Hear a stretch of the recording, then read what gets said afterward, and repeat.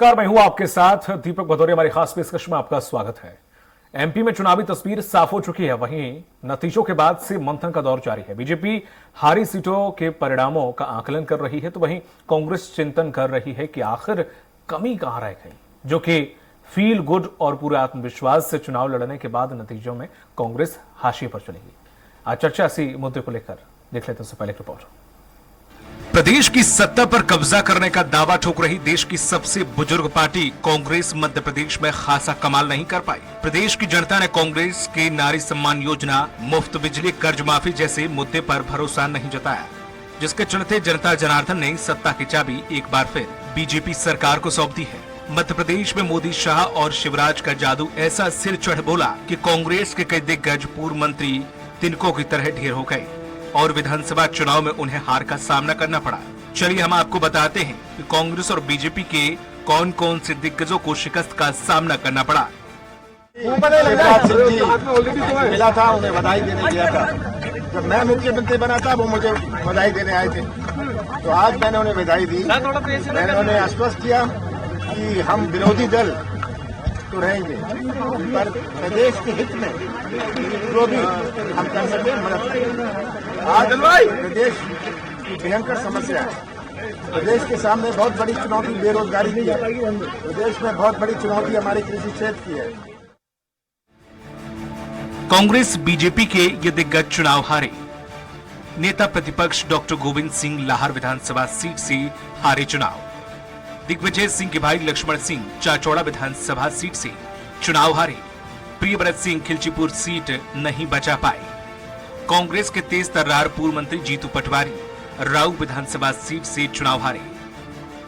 पूर्व मंत्री हुकुम सिंह कराड़ा शाजापुर विधानसभा सीट से हार गए। मुल्ताई विधानसभा सीट से लड़े सुखदेव पासी को भी हार मिली।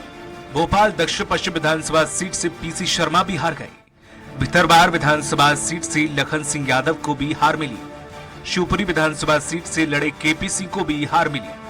सोनकच्छ विधानसभा सीट से लड़े सज्जन सिंह वर्मा को भी हार का सामना करना पड़ा। महेश्वर विधानसभा सीट से विजय लक्ष्मी साधो भी हार गए। जबलपुर पश्चिम विधानसभा सीट से तरुण भनोट भी नहीं बचा पाए अपना गढ़। दतिया से डॉक्टर नरोत्तम मिश्रा, हरदा से कमर पटेल, बमौरी से महेंद्र सिंह सिसोदिया, बड़वानी से प्रेम सिंह पटेल, अटेर से अरविंद सिंह भदौरिया, बदनावर से राजवर्धन सिंह दत्तीगांव, बालाघाट से गौरी शंकर बिसेन, ग्वालियर ग्रामीण से भारत सिंह कुशवाहा, अमरपाटन से राम खिलावन पटेल, परसबाड़ा से राम किशोर नानो काफे, पोहरी से सुरेश धाकड़, खरगापुर से राहुल सिंह लोधी। मध्य प्रदेश में बीजेपी की प्रचंड जीत के बाद बीजेपी प्रदेश अध्यक्ष बीडी शर्मा ने कहा कि एमपी की जनता जनार्दन जिन्होंने आशीर्वाद दिया है, उन सबका आभार व्यक्त करता हूं। एमपी के सभी विधायकों को बधाई देता हूं। साथ ही कहा कि जिन्हें सफलता नहीं मिली उनको आशान्वित कर रहा हूं। बीजेपी के संगठन पर भरोसा रखें और आगे की तैयारी करें। जिन सीटों पर बीजेपी के दिग्गज नेता नहीं जीत सके, उसको लेकर मंथन का दौर जारी है।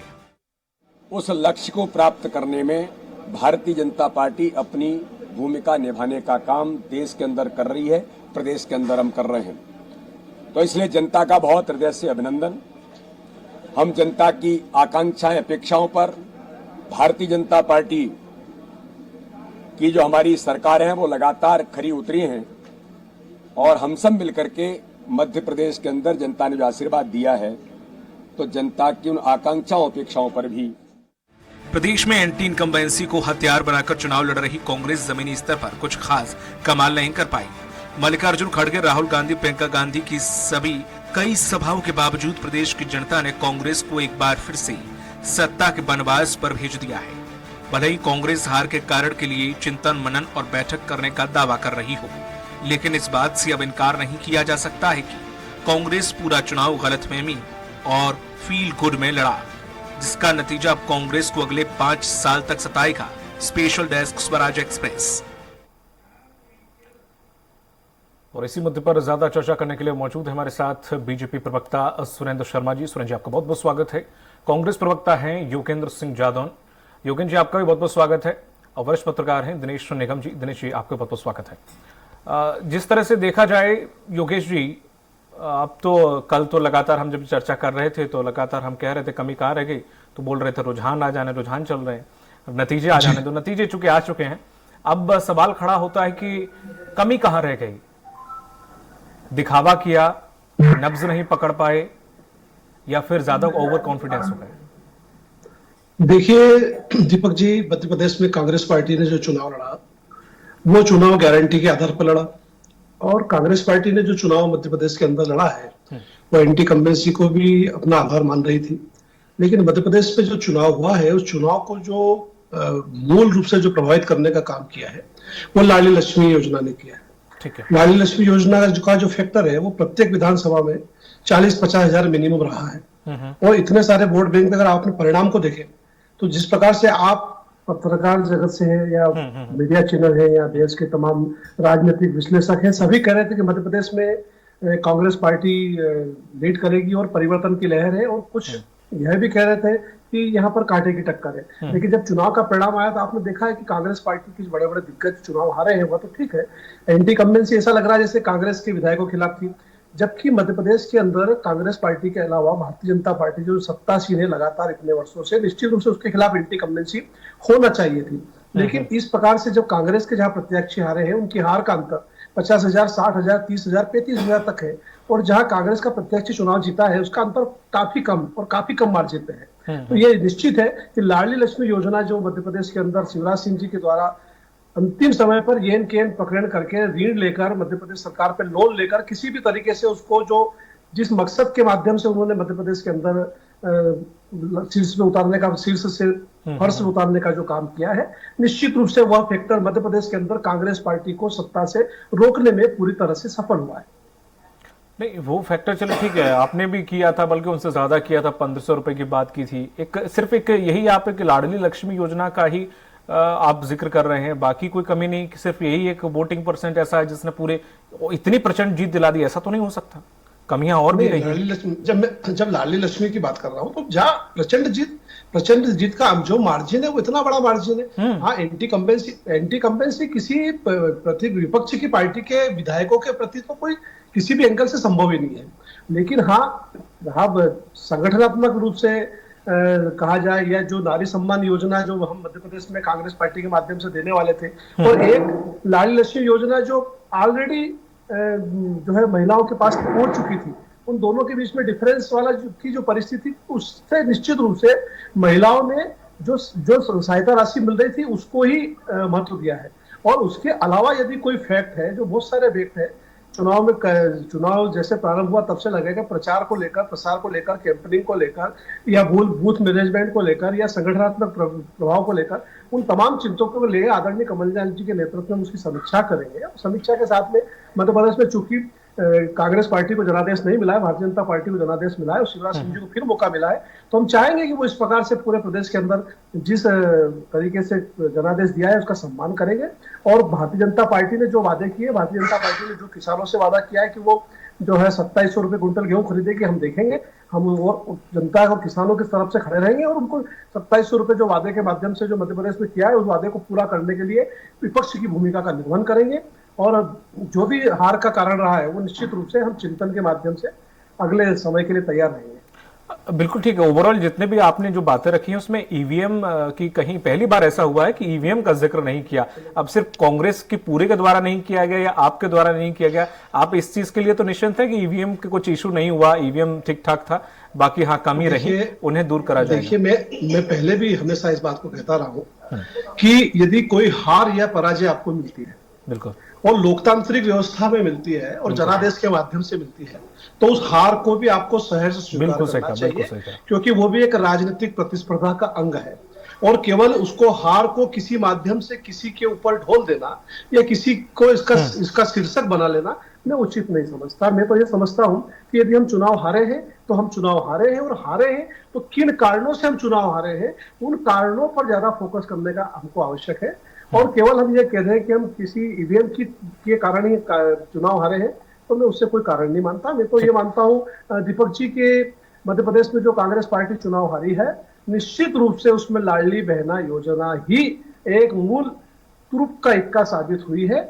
और निश्चित रूप से मध्य प्रदेश के अंदर लाडली लक्ष्मी योजना, मध्य प्रदेश के अंदर शिवराज सिंह जी जिस वादे के साथ में चुनाव के वोट को लेने के लिए आए हैं, उसका क्रियान्वयन करेंगे, ऐसी हम अपेक्षा करेंगे विपक्ष से, और हम चाहेंगे कि सत्ता पक्ष उस क्रियान्वयन को पूरी तरीके से करे। ठीक है, 99 में से 27 विधायक और 12 मंत्री, एक केंद्रीय मंत्री और एक सांसद सुरेंद्र जी हारे हैं। ये भी एक बड़ा आंकड़ा हो जाता है एक तरीके से। हाँ, जीत प्रचंड है, बहुत बहुत बधाई आपको इस चीज के लिए, लेकिन इस पर भी मुंह मोड़ा नहीं जा सकता। ये निश्चित तौर पर जहां भी हमारी पराजय हुई है और उसमें पराजय के कारण बहुत अलग अलग हैं। सारे प्रदेश में हम जीत रहे हैं पर कुछ जगह पर हम हार रहे हैं। तो वहाँ की स्थानीय परिस्थिति क्या है, यहाँ क्या है, वहाँ का क्या ऐसे कारण रहे, उसको हम चिंतन मंथन कर रहे हैं और उसमें भी जो कमी होगी उसको हम दूर करेंगे। और हमारी पार्टी तो बड़े मन से अपनी पराजय को स्वीकार कर उसको ठीक करने का हम प्रयास करते हैं। आज जो प्रचंड विजय मिली है, 2018 में जब हमारी सरकार नहीं बनी उसके तुरंत बाद हमने हारुई विधानसभा को आकांक्षी विधानसभा मानकर उसमें एक एक कार्यकर्ता को प्रभारी बनाया। उसने वहां प्रवास किए, उसने वहां प्रयास किए, उसका परिणाम यह निकला, उनमें से अधिकांश सीट हम जीत कर आए हैं। तो भाजपा तो अपनी गलतियों को खुले मन से स्वीकार करने का साहस करती, हिम्मत करती है। और मैं आपके चैनल पर योगेंद्र जी को बधाई देता हूं कि उन्होंने हमारी एक योजना की तारीफ की, किस योजना का असर हुआ है, खुले मन से किस बात को स्वीकार तो कर रहे हैं। पर इनके प्रदेश के उपाध्यक्ष लक्ष्मण सिंह जी पता नहीं क्या क्या ट्वीट कर रहे हैं। तो जरा योगेंद्र जी उनको बता दी कि ये भी एक कारण रहा। और निश्चित तौर पर कांग्रेस का भी जिस प्रकार का सिस्टम था, अब मैं एक बात और आपके चैनल के माध्यम से कहना चाहता हूं, इस चुनाव में निश्चित तौर पर मोदी जी का नेतृत्व जीता है, शिवराज जी का नेतृत्व जीता है, हमारा संगठन तंत्र जीता है, हमारी शासन की नीतियां जीती हैं। बात यह है कि गारंटी किसकी जनता ने मानी, इनकी लीडरशिप टेस्टेड एंड रिजेक्टेड थी, चाहे वो दिग्विजय सिंह जी हो चाहे कमलनाथ जी हो। आप 15 महीने सत्ता में झूठे वादे करके आए, जनता ने आपका काम देखा, वादे पूरे नहीं हुए। पता है इनकी गारंटी है, कोई भरोसा नहीं है। और मोदी की गारंटी की भी गारंटी जनता ने माना है, इसको मानना चाहिए। दूसरा, ये पता नहीं स्वीकार कर पाएंगे या नहीं कर पाएंगे योगेंद्र जी, राहुल गांधी की भारत जोड़ो यात्रा मध्य प्रदेश के 32 विधानसभा क्षेत्रों से निकली है। कितने जीते, उस यात्रा का लाभ हमको तो हुआ है, इनको हुआ या नहीं हुआ हो। अधिकांश को कांग्रेस साफ हो गई वहां, इनको विचार करना चाहिए। और ये चुनाव आप देखेंगे कांग्रेस की जो लीडर से भारी है, ये संस्कार और अहंकार का चुनाव था। कांग्रेस के जो नेता विनम्र रहे, कई जीते हैं उसमें से, लेकिन सज्जन सिंह वर्मा, मैं नाम लेकर बोल रहा हूं, जीतू पटवारी, पीसी शर्मा, इनका वे ऑफ टॉकिंग क्या था। लक्ष्मण सिंह, इनका अहंकार 7वें आसमान पर गूंजा था। केपी सिंह, गोविंद सिंह नेता प्रतिपक्ष, ये जनता को जनता नहीं समझते थे, अपने को जनता से ऊपर समझने लगे, भगवान समझने लगे थे, तो अपना भगवान समझ जनता को भूल चला दी। सुरेंद्र जी, इसमें से कुछ नेता आपके भी थे और उन्हें भी हार मिली है। अब नाम मैं नहीं लूंगा, जो आप ले सकते हो तो ले लें। हमने कहा उसको आप समीक्षा करेंगे, हमसे कहां गलती हुई, हमारे कार्यकर्ता से कहां गलती हुई, लेकिन ये होता था। और एक बात और योगेंद्र जी, निश्चित तौर पर फिर आपकी तारीफ कर रहा हूं, जब से सुप्रिया श्रीनेत जैसे प्रवक्ता कांग्रेस में आए हैं, कांग्रेस का पतन प्रारंभ हुआ है। संस्कार के साथ, विनम्रता से बात करेंगे, तथ्यों के साथ बात करेंगे, जनता भी आपकी बात सुनेगी। चिल्लाकर बात करना, बदतमीजी करना, ये कांग्रेस के पतन का एक बड़ा कारण बना है, चाहे वो विधायक हो और या आने वाले समय में संसद में। ठीक है, इतना तो चलो ठीक है, लाडली बहना कमाल कर गई। बाकी जो 2 जगह ऐसी कौन सी घुट्टी या कौन सी जादू की छड़ी आपने चलाई जो कि वहां पर भी आपने कमाल कर दिया, जहां उम्मीद भी नहीं थी। तो इसे सिर्फ लाडली बहना से जोड़कर मध्य प्रदेश में तो देख सकते हैं, चलो ठीक है, लाडली बहना को नाम दे दिया। बाकी राज्यों में भी आपने बिल्कुल इसी तरह कुछ घुमाया। तो ये क्या कारण क्या रहा, कहाँ इतने अनएक्सपेक्टेड चीजें लेकर आए आप? जो आप सुनना चाहते मैं बोल देता हूँ। जी जी, ईवीएम। अच्छा, नहीं मैं ये सुनना नहीं चाहता था, लेकिन आप ये खुद बोल रहे हैं। उसको मैं डिटेल बोल रहा हूँ, लेकिन every victory goes to Modi. अच्छा ठीक है, यह ईवीएम का दूसरा है। नरेंद्र मोदी जी के नेतृत्व के आधार पर प्रदेश की तीनों प्रदेशों की जनता ने, तेलंगाना में भी हम 1 से 10 पर हुए, हमारा वोट शेयर। दूसरी मैंने कहा ना, भाजपा साल में 365 दिन सक्रिय रहने वाला संगठन है।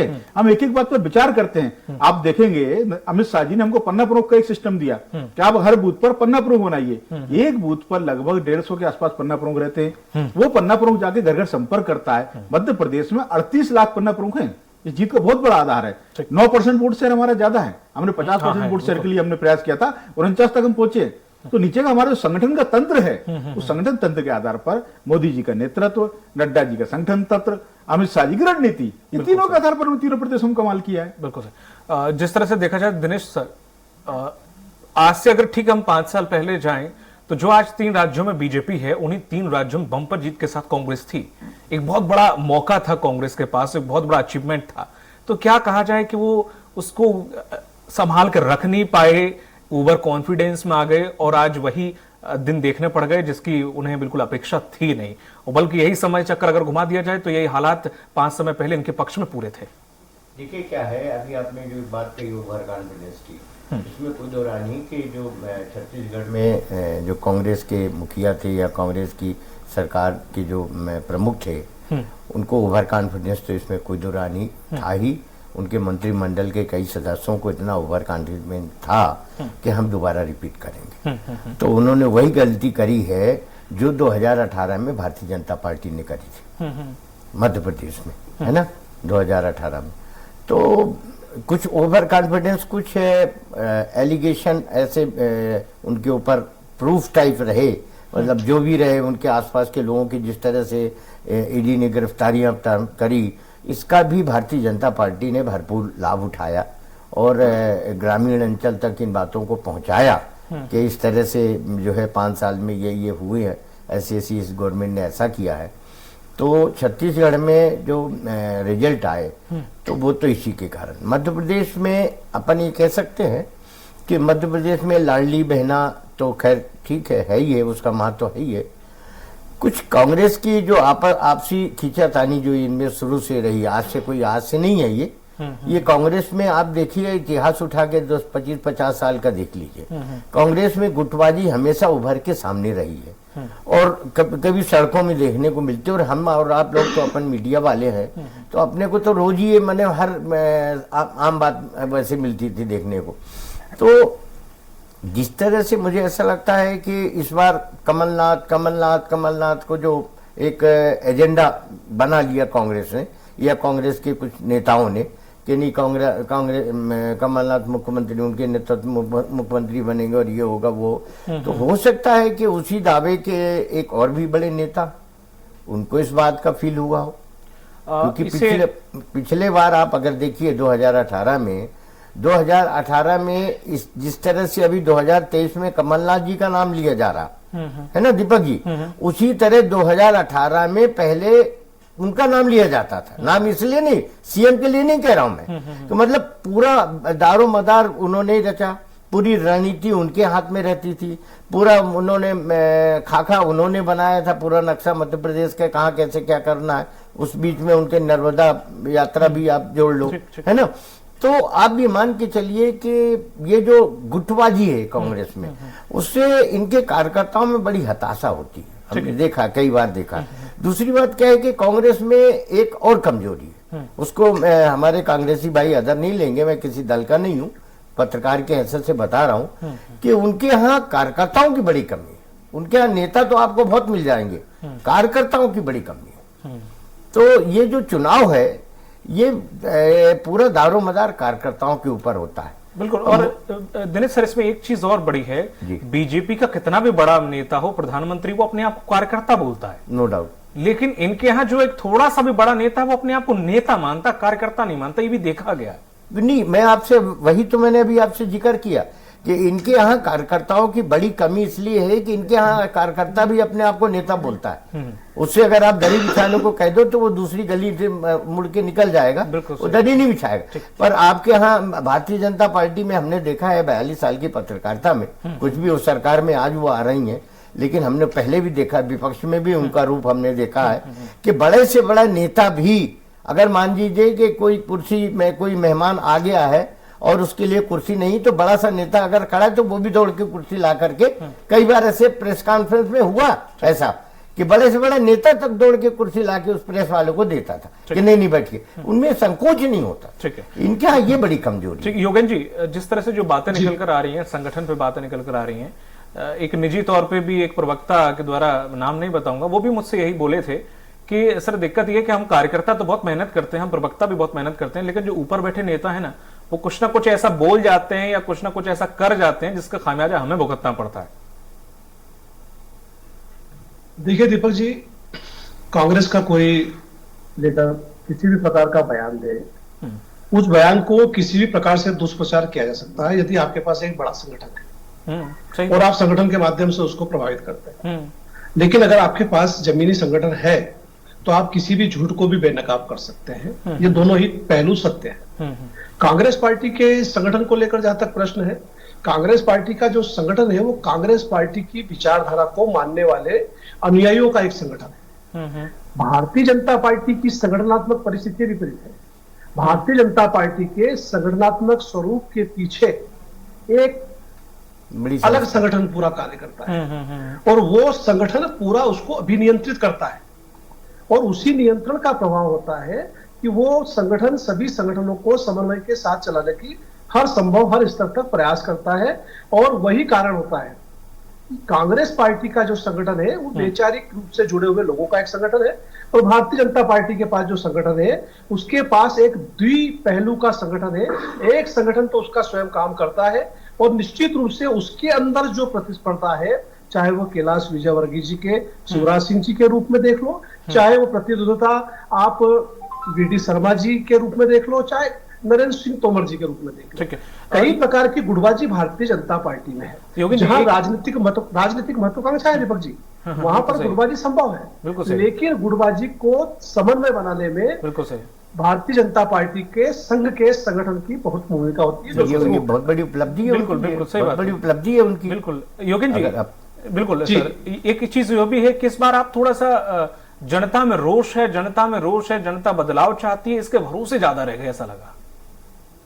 नहीं, जनता में रोष था, इस बात में कोई संदेह नहीं कि जनता में रोष नहीं था, जनता में विरोध था, जनता परिवर्तन चाहती थी, परिवर्तन का समर्थन थी, जनता के अंदर सब कुछ सारी परिस्थितियां थी। लेकिन जो वोट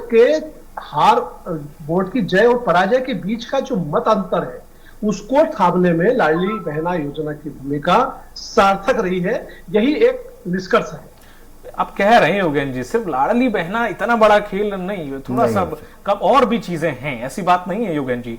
अब हाँ, वो तो बात अलग है कि आप ये कहो कि सिर्फ एक योजना काम कर गई, सिर्फ एक योजना नहीं, कहते हैं कि किसी भी चीज को बनाने या बिगाड़ने में एक नहीं कई चीजें होती हैं, कई कारण होते हैं, कई भूमिकाएं होती हैं। सुरेंद्र जी आप कुछ कहना चाह रहे सर? देखिए, जैसा मैंने कहा, इस चुनाव में बीजेपी की लीडरशिप को जनता पहचानती थी, जानती थी, और कांग्रेस की लीडरशिप भी असलियत जानती थी। ये लोग टेस्टेड और रिजेक्टेड थे, जनता इनका वास्तविक जानती। दूसरा, भाजपा का कार्यकर्ता प्रयत्नों की परिसीमा, परिश्रम की पराकाष्ठा करता है। मुख्यमंत्री शिवराज सिंह जी चौहान ने 160 से ज्यादा सवाल 167, शिवराज जी ने 80 से ज्यादा, सिंधिया जी ने 80 से ज्यादा सवाल ली, कैलाश जी हों, प्रहलाद पटेल जी हों, नरेंद्र सिंह जी तोमर हों, राकेश सिंह स्वयं चुनाव लड़ रहे थे लेकिन प्रदेश में प्रचार भी कर रहे थे। 50 से अधिक सवाल वीडी शर्मा जी ने ली। पूरा संगठन का तंत्र हमारा एक्टिव था। इनसे पूछे गोविंद सिंह कहाँ थे, कमलनाथ ने कितनी सवाल ली, दिग्विजय सिंह जी कहाँ थे, और मिस्टर बंटाधार दिग्विजय सिंह जी 66 का आंकड़ा आपने दिया कि मैं 66 सीटें जिताकर कांग्रेस को दूंगा, वो 66 सीटें आई, पता नहीं कहां से नंबर उनके साथ चिपक गया। तो दिग्विजय सिंह का जितना प्रयास था उसका दुष्परिणाम उनको भुगतना पड़ा है। इनकी लीडरशिप बिखरी हुई थी, बटी हुई थी। और एक बात बड़ी जोरदार, अभी मैं जैसे चैनल पे आया, मैंने देखा कमलनाथ जी शिवराज जी से मिलने गए। अच्छी परंपरा, वर्तमान मुख्यमंत्री पूर्व मुख्यमंत्री मिलने जाना चाहिए। शिवराज जी पहले सीएम बने थे, अभी 3.5 साल पहले तक दिग्विजय सिंह जी भी गए थे। लेकिन एक विशेष बात है, आज कमलनाथ जी भी गए तो अपने बेटे को लेकर गए, दिग्विजय सिंह जी गए तो भी अपने बेटे को लेकर गए थे। इन दोनों नेताओं ने अपने बेटे को सेट करने के लिए कांग्रेस को अपसेट कर दिया प्रदेश में। इसको स्वीकार करना चाहिए कांग्रेस लीडरशिप को। दूसरी बात, ये सत्ता से चिपके रहना, कुर्सी से चिपके रहना। मध्य प्रदेश में भाजपा की सरकार 2018 में नहीं बनी, शिवराज जी नेता प्रतिपक्ष नहीं बने, नेता प्रतिपक्ष गोपाल भार्गव जी, राकेश जी का टर्म पूरा हुआ, प्रदेश अध्यक्ष बने वीडी शर्मा जी। पर मुख्यमंत्री भी कमलनाथ रहेंगे, प्रदेश अध्यक्ष भी कमलनाथ रहेंगे, प्रदेश अध्यक्ष भी कमलनाथ रहेंगे, नेता प्रतिपक्ष भी कमलनाथ रहेंगे। ये कुर्सी से चिपके रहने का इनका जो मोह है ना, कमलनाथ जी घूम नहीं सकते, प्रवास नहीं कर सकते, लोग दिशा नहीं दे सकते। हम हमेशा भाजपा में कहते हैं कि जब नेता घड़ी के कांटे की तरह होता है, सेकंड का कांटा 60 बार घूमता है तो मिनट का कांटा एक बार घूमता है, और मिनट का कांटा 60 बार घूमता है तो घंटे का एक बार घूमता है। जितने प्रवास नेता करेगा उसका आधार पर कार्यकर्ता का मोबिलाइजेशन होगा। मोदी जी ने यहाँ कितनी सभाएं की, अमित शाह जी ने कितनी सभाएं की, कितनी बैठकें ली। कांग्रेस की लीडरशिप उस प्रकार से अपने कार्यकर्ताओं को मोबिलाइज करने में सफल नहीं हुई। दूसरा बात, इनकी गारंटी की कोई गारंटी नहीं थी, और यहाँ गारंटी की भी गारंटी थी। इसके आधार पर जनता ने हमको चुना है। ठीक, एक सर लास्ट कमेंट सर मैं आपसे चाहूंगा। दिनेश सर, जिस तरह से देखा जाए मुख्यमंत्री का चेहरा कौन हो सकता है, कम शब्दों में सर? मध्य प्रदेश में हाँ, जहां तक मेरा अपना अनुभव है, शिवराज जी ही इसके विकल्प के रूप में नहीं, शिवराज जी के अलावा मुझे तो नहीं लगता कि कोई उनका विकल्प है। क्योंकि जो जीत का श्रेय है, या जिस तरह से उन्होंने सभाएं, या जिस तरह से जनमानस का उन्होंने समर्थन जुटा पाया है, तो हाईकमान जो है ये उनको निगलेक्ट करके और मई में नुकसान नहीं चाहेगी। वो चाहेगी कि जो है शिवराज जी रहे, ताकि किसी प्रकार का आपस में मनमुटाव नहीं हो, और हमें इसी तरह की सफलता मई 24 में भी तो चाहिए ना उनको, है ना। तो मेरा मानना तो यही है। ठीक है, चलिए, बहुत बहुत शुक्रिया आपका दिनेश जी आपका, सुरेंद्र जी आपका, योगेश जी आपका और दिनेश सर आपका, तीनों लोगों का बहुत बहुत शुक्रिया हमारे इससे परिचर्चा में जुड़ने के लिए।